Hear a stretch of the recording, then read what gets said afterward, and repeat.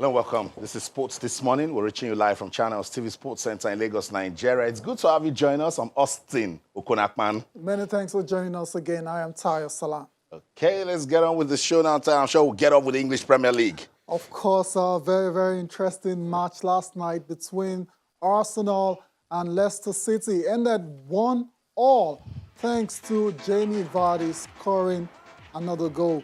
102 goals now for Jamie Vardy in the English Premier League. And that's how they were able to hold the Gunners at the Emirates Stadium.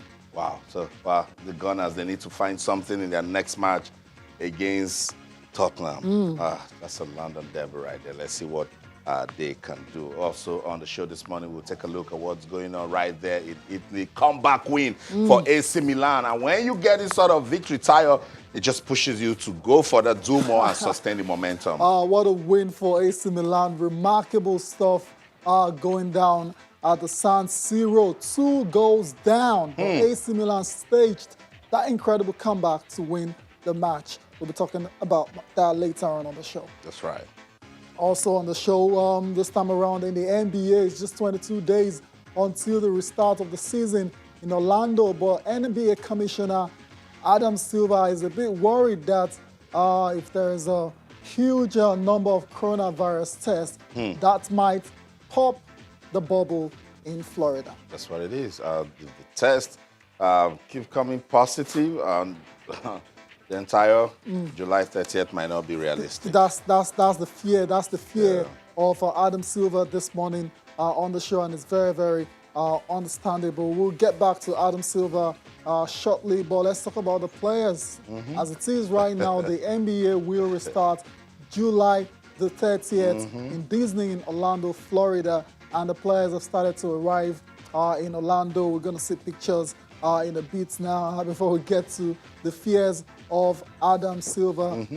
Austin, the players are starting to arrive. Yeah. And usually when players start to arrive for competition, it's looking very good.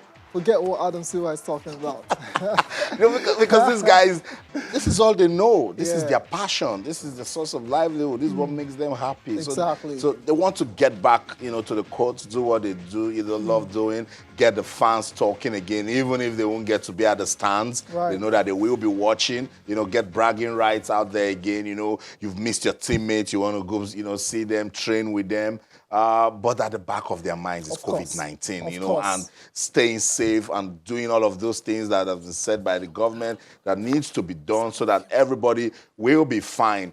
They've started coming. It was good for us. I've seen those pictures of them arriving. Just tells you that, this is towards 30th. But, hey, Adam Silver has got some points. And look, these results coming in, they're scary, And if we want to stay safe, if we want to beat this virus, it's to try as much as we can to reduce the number of positive cases that will be coming in. But it's not looking like that in America. And we want our superstars to stay safe. Absolutely. But hey, I don't blame the guys tired. They want to get back to action, and that's what they're doing, returning to training. Exactly. The players are champing at beats to return. Of course, there are a few players that are very skeptical about the whole arrangement, which is very understandable. But the guys like LeBron James, Anthony Davis, Kawhi Leonard, all those guys, they want to win a ring.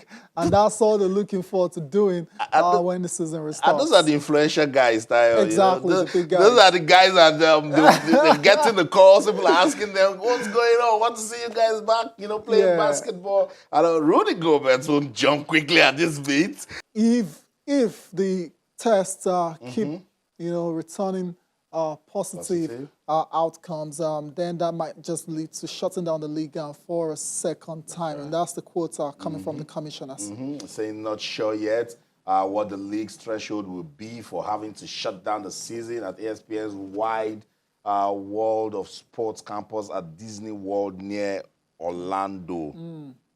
Certainly, if we have any sort of a significant spread at all within our campus, we would be shutting down again. It would be concerning if once the players sit through all quarantine period and then were to test positive, we would know that. In essence, there's a hole in our bubble. Is on. Yeah. And two of the greatest athletes, track and field, of this generation will be in action. They're both excited to race again. I'm talking about Taylor. Allyson Felix and Kristen Taylor, two American greats who've been there and done it. And of course, they've missed the sport, and they're looking forward to the comeback. Yeah, and of course, as you said, the champions for Kristen Taylor, double Olympic triple jump champion. There you go. Know? So look, these are persons that when we see them out there, they give us all of those, things to talk about, let you understand what it means to be a champion. Allyson Felix, I don't need to start telling you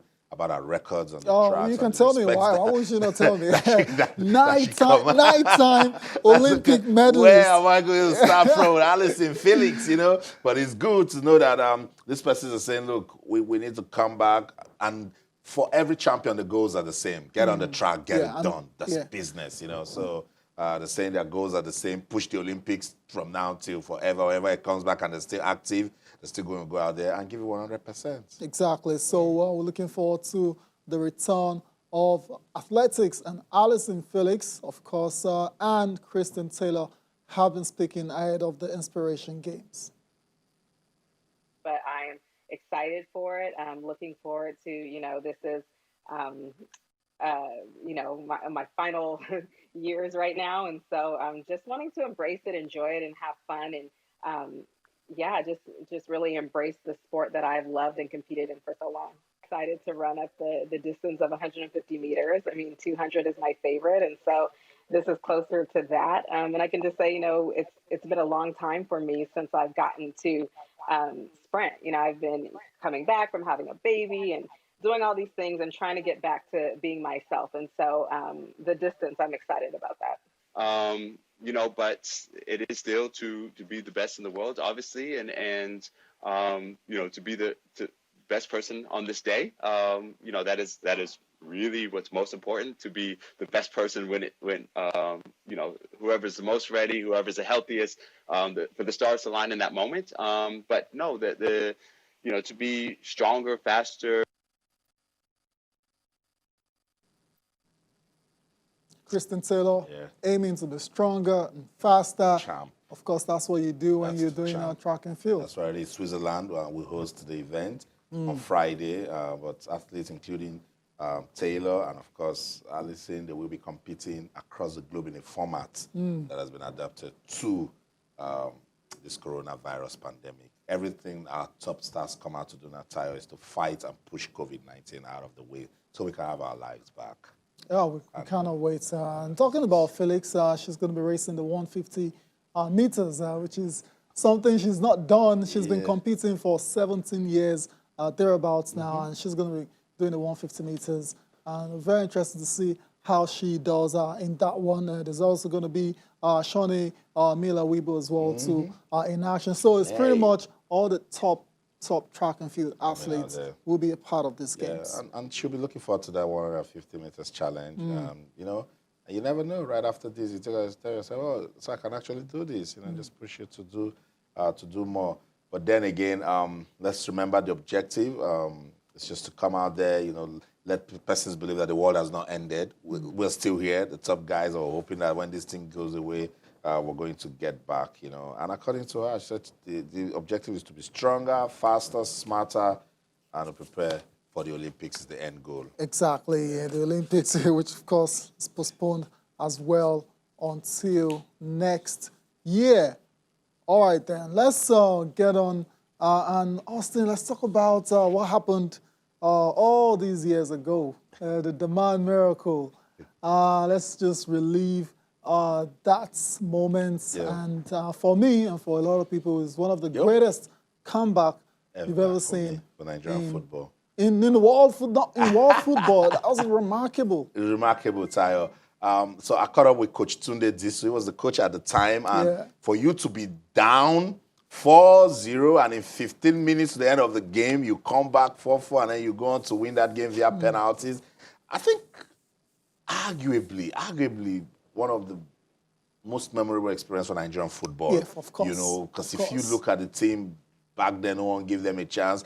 And after beating Russia, meeting Portugal in the final, the fact that this happened to you, just got to their brains. It was a big rush, and then they lost to Portugal in the final. But it tells you that Nigerian football has been there, done that. We've achieved a lot. And this sort of stories that will motivate the upcoming generation. Absolutely. You know, You're right. it was called the Dammam Miracle. There was no other way you would have To describe it's it. a miracle. It was a miracle. Like the likes of Mutia, Dekpoju, Christopher, or Nduka, Ogbade. They gave us good memories. So I think we go on this break. When we come back from this break, we're going to listen to Coach Tunde Disu relive the Dammam Miracle experience. I don't know of kids in the 90s, but after listening to him, just go to the internet and then go check it out, the Dammam Miracle. We'll talk about it when we come back. Don't go anywhere. Stay with us. Welcome back, Sports This Morning on your award-winning sports-loving channels. Television, we're broadcasting live from our sports center in Lagos, Nigeria. We're about to relive a fantastic moment in Nigerian football, Saudi 89. Nigeria produced arguably the biggest comeback in football. Coach Tunde Disu was a coach at the time. So I'll speak to persons that followed that experience in 89. Be part of the conversation now on Twitter, channels_sports, Facebook channels IF Sports. You can also send us an email to sportsthismorning@channelstv.com, but we're very, very active via our Twitter handle, which is channels_sports. Let's relive the Dammam Miracle. Coach Tunde Disu said, look, Austin, it is what it is. It was a miracle. Let's listen to him this morning. He came, we had a free kick. My boy, on hand, this one hand. You know, we have practiced everything.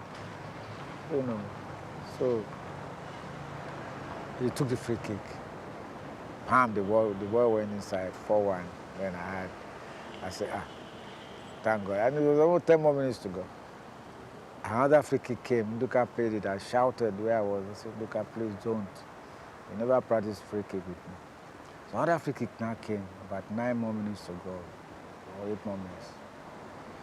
One took it, and I gave him a sign that there's no time, because it was not too far from where I was, where we were sitting. So put the ball, and then put it over the wall. So he went in there, and then before you look around, the man took a very, very good one, and he went up there, over the wall, making 4-2, almost 5 more minutes to go. So, and I asked everybody to join the attack. Leave Odiari alone. We did. They did. And then we left Odiari behind. Then Samuel Leja joined the attack. Abdullahi joined. They are the full backers. And then Machara too joined. And then we were lucky. The third goal came through Odiari. I mean, through Samuel Leja. The fourth one was the magical. It was the one that gave me the honor. Nduka, that even Paul Bazi was asking me, why do I play Nduka center forward? When he saw the list, I said, no, I have my own strategy. So as Mutiu had the ball, there was a space between their two central defense. So a true pass through Mutiu Adekoju to Nduka. Nduka was almost 10 meters from that pass. Nduka picked up all the way down. And then before the ball got to the 18-yard box, the goalkeeper made a mistake. He didn't make up his mind. So what can he do? Before he gets, by the time Nduka got to the 18-yard box, the goalkeeper was just coming out. Nduka took the ball. That was a miracle. We prayed. We did everything for Nigeria. We did it. You know, it was fantastic goal. Nduka made it possible. And then we went to extra time. Extra time was good enough. Then later now we have to play penalty kicks. The penalty was fantastic. All my boys scored. And the other man who refused to be in the post caught one. That is my goalkeeper. And that was how we came with that result. I think the government gave them a public holiday. We are receiving commendations from Nigeria. They were even showing us what was happening, how streets were blocked, a lot of people were partying, having drinks, all over the whole country. I think that's a miracle, because that's it's in the Guinness Book of Records that we had. We scored 4 goals within 30 minutes. So that's what it is. It was indeed a miracle. Tayo, I don't know. Uh, yeah, Atlanta 96 got us talking with a comeback against Brazil, but the Dammam Miracle was a miracle. In terms of strictly, the magnitude of the comeback, this is it. It's a record. I mean, that was the first time any team, came back from 4 goals down to go and win a match at any level, at any World Cup level. So in terms of magnitude and how big the comeback was, there's no doubt about it. But the Brazil-Nigeria match as well, so in Atlanta, of course, was quite something as well. And that got the whole of Nigeria up until the next morning and forgetting to sleep because of the celebration, the euphoria, that came with it. But for this particular one, it's just, of course, I didn't get to watch the match. I don't even know where.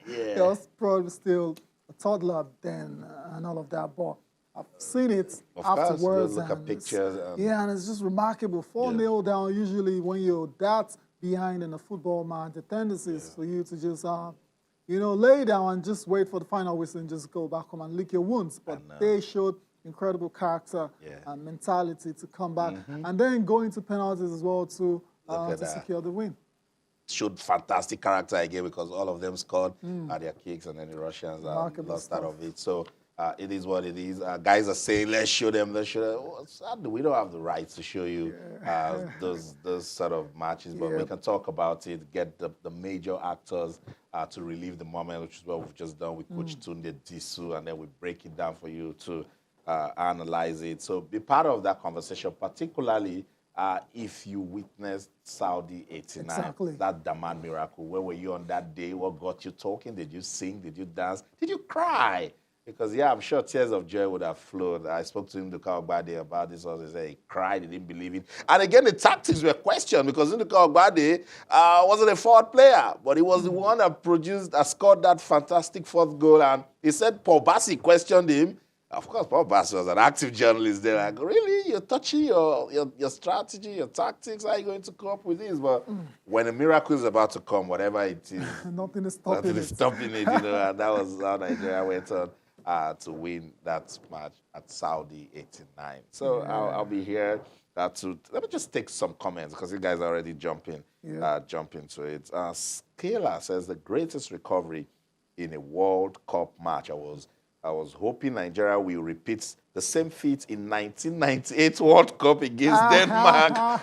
Thanks, Coach Tunde Disu, for that feat. And then went to Gianni Babangida, scored the goal. I decided to come back his own now. only to be disappointed there. That was awful. I know a few people as well to somehow just feel there could be a miracle here, but I wasn't meant to be in France 98, but that's football for your time. Sometimes you don't want to dig yourself a hole too deep because it might be just very difficult to climb out of it, and that's what happened in France. But that wasn't the situation in Saudi 89. Shout out to that team led by Tunde Disu. All right, let's get on with the show, and I'm still talking football. We're going to England now. The Premier League is going to get us talking. Very interesting matches played last night, of course. Arsenal were in action against Leicester City. That match ended 1 apiece. Arsenal got a goal, and for long periods looked like they were going to continue their winning streak until Jamie Vardy struck, late in the game to secure the one. Although we talk about Arsenal and Leicester in a bit, but in other games, Chelsea held on for a 3-2 win over Crystal Palace. Chelsea scoring goals for fun and conceding goals for fun as well, you have to say. Balanced indeed. Elsewhere, Norwich and Watford, and it was Watford, boosting their hopes of, staying in the Premier League with a 2-1 win over Norwich. Norwich looking doomed right now. They will be going down, barring any dramatic change of fortune. I said it yesterday. I told you guys that nothing in it for Norwich. There's everything in it for Watford. They needed to get that win, and they got it over Norwich. And now their chances of staying in top-flight football looks good. Chelsea. They need to find out what's going on with that defense. That's because on a good day, you'd lose that game or even drop the points. They could have easily dropped If your points. opponent is confident about going forward and scoring goals, then you're not doing well. So that's it. Chelsea winning that one. They needed to win it, and they're did now win third it. on the log now. Yeah, looking very good for the Champions League. That top 5, take Liverpool away. Yeah. It's a fight. Yeah, you can take City away as well too. So it's pretty much, Arsenal, Tottenham, Manchester United, and Chelsea. Yeah. Of course, you cannot forget Wolves as well. You know, particularly that the Gunners didn't take the chance to get all 3 points against Leicester. There you go. So let's just run through today's fixtures. Then we go back to talk about Arsenal-Leicester because there were a lot of talking points out of that one. Manchester City will host Newcastle. Sheffield United will take on Wolves. Wolves will fancy a big win in that one, but not forgetting that Sheffield at home and a very decent team. Yeah, but it's a case of who wants it more in this match. And if you look at it, Wolves have everything to play for in this one. West Ham will host Burnley, while Brighton will take on Liverpool. And if Brighton wins, everything they need in the room to stay in the English Premier League. That's a very tough one. Yeah, we'll be talking very more. Tough one, we'll be getting the thoughts of Jurgen Klopp, on that game against Brighton shortly. But back to the Arsenal and Leicester game. It was quite, a bit of controversy. This morning, Mikel Arteta is not the happiest manager in the world right now. He's fuming, and he doesn't understand why Eddie got sent off, and Jamie Vardy escaped that punishment. And that's football. We can't even give him the answer. Can't. But was Nketiah rash? Very rash. The fact that you're just getting into the game, I think intent is everything. The way he went for the tackle was what gave him off. The Vardy own, you can debate it, but at this case, coaches will want to hear because it's not going well for them, you know. So and now with VAR, referees have indicated because go check it right away. The Nketiah tackle, VAR called it for a red card offense. Let's check it again. It was checked. Referee wasn't satisfied. Went to look at it himself again and said, no, this is very rash. But exactly. So you wonder what is he complaining about? He's a coach. He lost his player and lost 2 vital points that have given him 3, so he's not happy. But then again, he should go back and ask his team, when we find ourselves in a position where character must come to play, let's stand up and do it. They've been impressive before that game. They got loads of chances. They didn't kill it. Yep. That's football. It comes to hunt. It will hunt to you. Well, to be fair, Schmeichel was in great form, the goalkeeper for Leicester. So if it wasn't for a lack of trying, he did try their best. But once again, Arsenal came up short when you expected them to, to get all 3 points. That's right. The time they considered the goal, you cannot be chasing something and be considering a goal at that point, because if you've held on for that long, you should be able to skip it. Perhaps if it was a full Gunners squad out there, they might have been able to hold on, but the sending off, of course, played a part. The sending off costed, but now you've already almost seen the finish line. You need these 3 points to keep hopes alive, so do everything you can to defend it, but they didn't do that. Too bad for the Gunners. Too bad for the Gunners. Let's see. Now they'll be rooting for Sheffield tonight. That they should be able to do something against Wolves. Sheffield plays nicely as well to get a spot in Europe. So perhaps Arsenal will be looking for a draw between Sheffield and Wolves so they can share the points. Anyways, let's come back to matches that will be played today. Liverpool, of course, are champions already and are just playing for records, perhaps trying to get as many points as possible. They'll be taking on Brighton, and Liverpool manager is expecting a very difficult game because Brighton are very, decent side looking to avoid relegation. And on the day, they will give anyone a run for their money. And that's why Jurgen Klopp is expecting a very difficult test tonight. This morning, before we went on break, we're listening to Jose Mourinho wanting his team to show more consistency, more character, if they're going to rise to the top of the table. I said something very interesting. He said, look, this team is filled with good guys. The only thing they can win is fair play, and I'm not interested. I'm not interested in fair play. You can't win today, lose tomorrow, and then you draw the next game. That, look, that's not the hallmark of a top team. Not at all. A top team should be consistent, go out there, sustain the momentum. Don't just be respected by your opponents.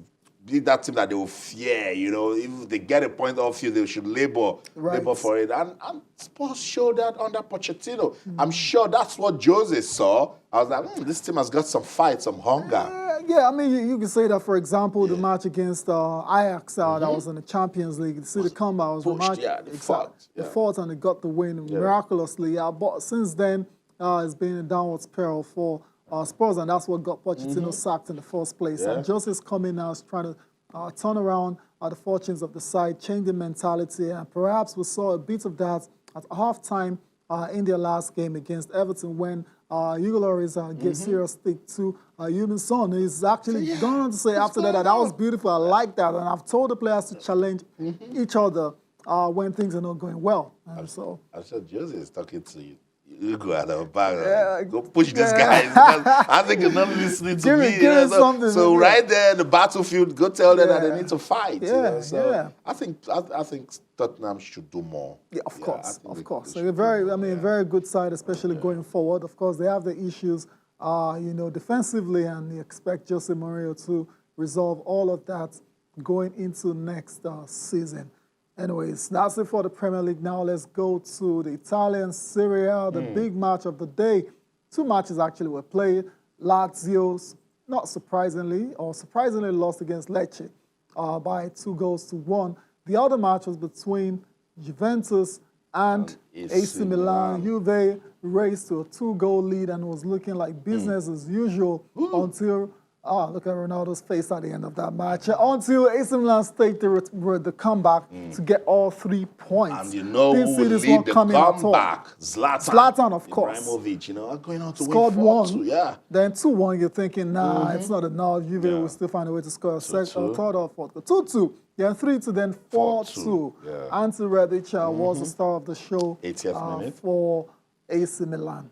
Oh, so that's what it is, AC Milan. Let's see what they can do in their next game. Look at their faces at the end of the game. Chesney and Bonucci, they didn't understand what happened in that game. Yeah, I think the team that needed it most won, And let's see what they can do in their next match. But of course, Juve, they will get into the dressing room and they won't say anything to themselves, like what's going on, why were we humbled this bad, but... Good news for Juve is the closest rival, challenger for the title. Lazio also lost as well. So bad loss for Lazio, back-to-back losses now. And Juve will go on and win this title. There's no doubt about it. All right, then before we go to the papers, you have some tweets. Get some tweets, because the guys that actually witnessed the Saudi 89 tournament, they've been talking. Those old guys now. Let's intimidate those guys. The young guys that will be wondering what's going on, but it's okay. The young guys also have their moment. They have what happened with Victor Osimhen and the team at the Under-20 World Cup, and some of the things that is happening now. But let's just take this one from Adebudo. He says, "That's the first match I remembered as a boy. Everyone left, but I didn't give up. The commentary was legendary. Good old days." He didn't give up. He stayed with his team. He was like, no, I'm not going. That's what everyone does. 4-0 down here, out of there, man. What are you waiting for 4-0? I know, 4-0. Shout out to that guy. Shout out for staying with your team. But did you really win? Did you really stay? Ado Ilya says, wow. Flying Eagles' Dammam Miracle was the peak of Saudi 89 Junior World Cup. But I was devastated after the tournament that our boys lost the final to Luis Figo Portugal team. It's okay. They got to the final. Then Jonathan Swabom says, that O'Henhen free kick was something else. Rockets. It was the free kick that got us started. Rockets. That's it for the tweets. Of course, you can continue to send them. We'll try and take them tomorrow on the show. Before we go, a glance at the papers, starting with Sporting Life, and Alex Iwobi's hamstring seems to be problematic right now. Barca won't activate Martinez's 111 million euros release clause. Arsenal yet to offer Aubameyang new deal. This is very worrying. This guy seems it's the soul of that team now, and they have to find a way to retain his services 20 for goals this next season. So we'll see. Abraham ends a drought as Blues move to third, as Chelsea. And, what else? I want a team full of Scousers. That's a Jurgen Klopp wanting players from Liverpool to play for that side. Someone said the last time Tammy Abraham scored for Chelsea, we had recorded just 2 cases in COVID-19. Oh, no. Yeah, come on. But it's good to see him scoring again. All right, Tayo, we gotta go. We have to go.